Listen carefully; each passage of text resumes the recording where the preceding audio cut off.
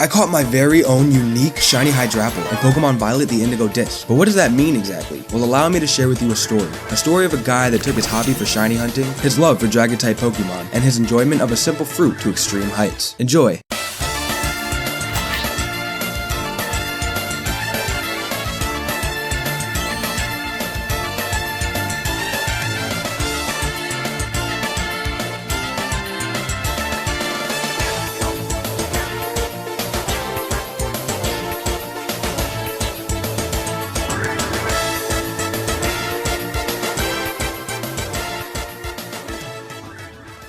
Any good story starts at its beginning, but before we can get to that, I need to thank you all for taking me from my own humble beginnings when I only had 1 subscriber, which definitely wasn't me or anything by the way, to now having over 1,000 of you be a part of the channel. Thank you so much. The support from you guys have been unreal lately, and I can't say thank you enough. So, since I can't say it, I'll try to show it by giving you the best videos I possibly can, and hopefully this one's a good start.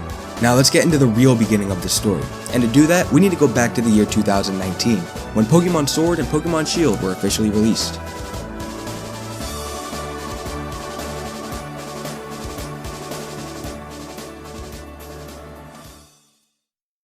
Ah, the Galar region. A region I miss from time to time, honestly, because this game is what kickstarted my entire channel. If you've been around for a while, you would know that I hunt about 95% of my shiny Pokemon at the base shiny odds. Those odds being 1 out of 8,192 in generations 2 through 5, and 1 out of 4,096 in generations 6 through 9.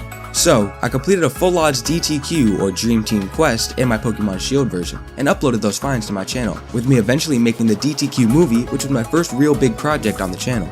Now, there was a reason I was so eager to make shiny videos starting with the Sword and Shield era, and that was because of a certain line of Pokemon that was introduced. Enter Applin, the first ever grass dragon type species introduced. Yes, of course, this is not including the Mega Evolution for Sceptile in Gen 6, which is cool, don't get me wrong, but it's not its own species. I found my first shiny Applin after 2,271 random encounters, and I was obsessed with this find. I caught it in a friend ball to match the color scheme, and by the end of the DTQ, I had a shiny Appleton in my collection. Now you might be thinking, that's great and all Kaiyato, congrats on the shiny, but what does your old shiny Applin, that's already an Appleton by the way, have to do with a shiny Hydrapple? Great question. Now allow me to drop some knowledge on you to answer it. Have you ever been playing a Pokemon game and noticed an extra symbol somewhere on your Pokemon summary screen? It might look something like this in Scarlet and Violet, or this in BDSP. These symbols are called origin marks, a feature that was added in the 6th generation of Pokemon. These marks are exactly what they sound like, as they display where your Pokemon is originally from. There are currently 9 different origin marks available, but for this video, we're focusing on the Galar origin mark. And if you couldn't connect the dots yet, the first task in this journey is to find a shiny Applin in the Galar region at the base shiny odds. There are a few different places to hunt Applin in Sword and Shield, with the coolest probably being from the apple trees in the Isle of Armor DLC. But those encounters take a good amount of time, so the most efficient way to hunt Applin is by hunting in the Giant's Mirror during a thunderstorm. You can manipulate a thunderstorm in the wild area by keeping your switch on the date November 1st, and by using a Pokemon with the Harvest ability, you get a 50% chance for an Applin spawn in the random encounter grass. This is how I found that first Applin I mentioned before in this very same file. And this time, after 3,038 random encounters,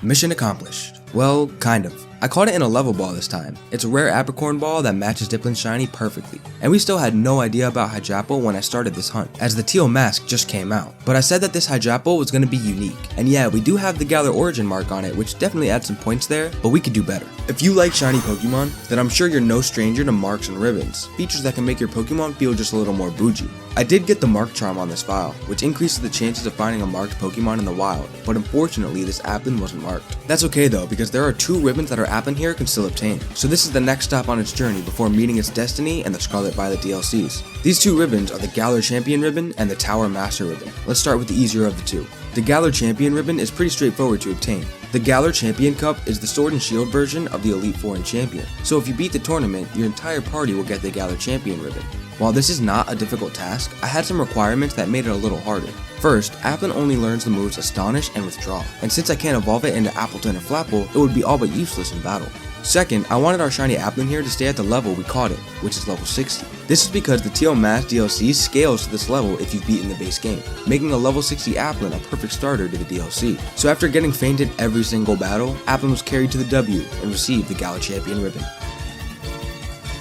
Next up, the Tower Master ribbon. The way to obtain this in Sword and Shield is to defeat Leon in the Battle Tower at the max Master Ball rank. This one was a little more challenging, as I've never really attempted the Battle Power in any Pokemon game before. You use 3 Pokemon per battle here in the singles format, and since I wasn't really sure on the mechanics of how the Tower Master ribbon worked, I used Applin as one of my 3 Pokemon since the very start. You do not have to do this though, and only need the Pokemon you want the ribbon on to be in your party during the final battle against Leon. Even though I made it a lot harder for myself, I eventually reached the Master Ball tier, and a few more wins after that, I was faced with the battle I was waiting for. After defeating Leon, I checked our party to see if we got the ribbon we were looking for, and there it was. So here it is, our full-odd shiny Applin from the Galar region, with the Galar Champion and Tower Master ribbons attached. We gave it some items like an ability patch and a quiet mint to put some finishing touches on this shiny. And with this, our Applin's journey in Galar is complete. This means it's time to bring her into the Teal Mask DLC and witness the first of 2 insane evolutions.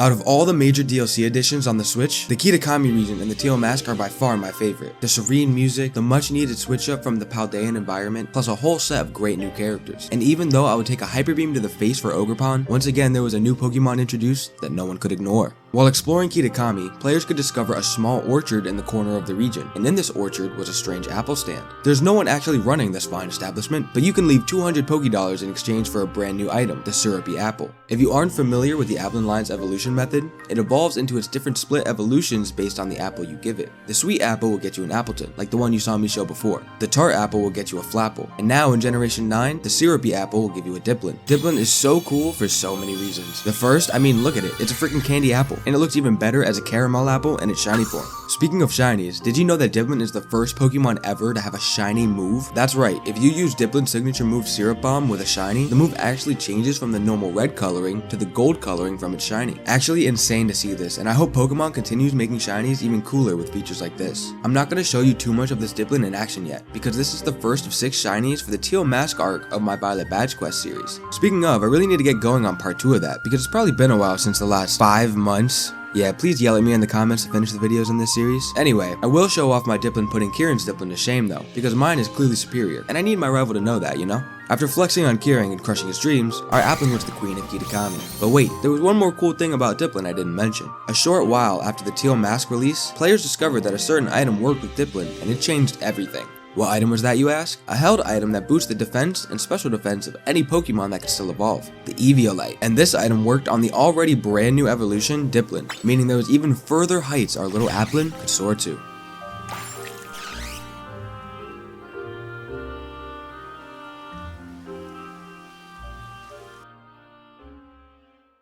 We finally made it to what we've all been waiting for, Blueberry Academy and the Indigo Disk. While Kitakami takes the cake as my favorite region in these games, the actual content that the Indigo Disk gave us is incredible. I streamed my entire playthrough of the Indigo Disk on my channel, and during this, my chat had one question they could not stop asking. Why haven't you evolved your shiny Dipplin? This Dipplin was actually a third and completely different full-out shiny Applin that I found, this time in the Apple Hills location of Kitakami, which is actually already featured with a shiny showcase on my channel. Most people prepared for the Teal Mask by getting an Applin from an outbreak in Paldea, which is way easier than hunting in these trees, but a shiny Applin from the apple trees? Too good to pass up. So I didn't evolve my shiny Dipplin for my entire Scarlet Indigo Disk playthrough, because I already knew what was in store for our Applin from Galar. So let's cut right to the chase. How do you evolve your Dipplin into the next and final evolution of this Pokemon line? Well, it's by defeating the Blueberry Academy's dragon user, Drayton. After defeating a Blueberry Elite Four member, they'll reward you with some pretty cool TMs, Burning Jealousy from Crispin, Hard Press from Amaris, Alluring Voice from Lacey, and finally the TM for Dragon Cheer from Drayton. Dragon Cheer is a very interesting move, with this as its description. The user raises its allies' morale with a draconic cry so that their future attacks have a heightened chance of landing critical hits. This rouses dragon types more.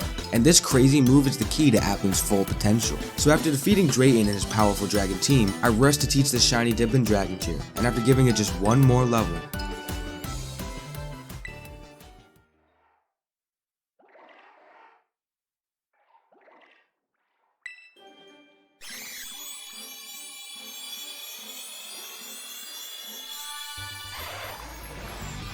Shiny Hydrapple is finally here, and man did this Pokemon live up to the hype. The shiny Sprite follows Dipplin's color palette, which is great for the level ball we caught it in. It even learned a brand new signature move called Fickle Beam. This move has a 50% chance to cause all 7 of Hydrapple's heads to pop out, doubling this move's base power. The creepy but kinda goofy design of this Pokemon is just amazing, and as a Dragon type enthusiast, I'm glad to have this new addition to the Dragon Pokemon roster.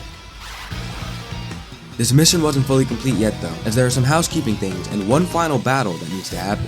First, we can get a few more ribbons on this beast to make her that much more special. After getting Hydrapple to max EVs, you can talk to this NPC in Levincia to get the effort ribbon. And since I always treat my shiny Pokemon with the absolute care, Hydrapple has max happiness, meaning we could take her to this NPC in Cascarafa and get the best friend ribbon. The last ribbon Hydrapple can obtain is of course the Paldean Champion ribbon, by defeating the Ace Academy tournament. We can also get some more marks. The Gourmand mark has a 3 in 101 chance of applying to a Pokemon whenever it eats a meal. The Item Finder mark has a 1 in 100 chance of applying whenever the Pokemon picks up an item in Let's Go mode. And finally, the Partner mark has a 1 in 100 chance of appearing every 10,000 steps. Now this shiny is fully complete. My shiny Hydrapple, caught in the Galar region and the level Abercorn Ball, with the Effort, Best Friend, Paldean Champion, Galar Champion, and Tower Master ribbons attached. And it possesses the Gourmand, Item Finder, and Partner marks. I even sent it over to my Scarlet version so I could hyper train it and get it access to the Stellar Terra type early, just to flex on Kieran that much more. Jeez, that was a mouthful. So with nothing left to stand in our way, we face our true rival once more. And after serving up one final beatdown to Kieran and his own fully evolved dragon, I could proudly say that my Hydrapple stood atop all the rest, and took its rightful place as the Queen Dragon Pokemon of Scarlet and Violet. Thanks for watching.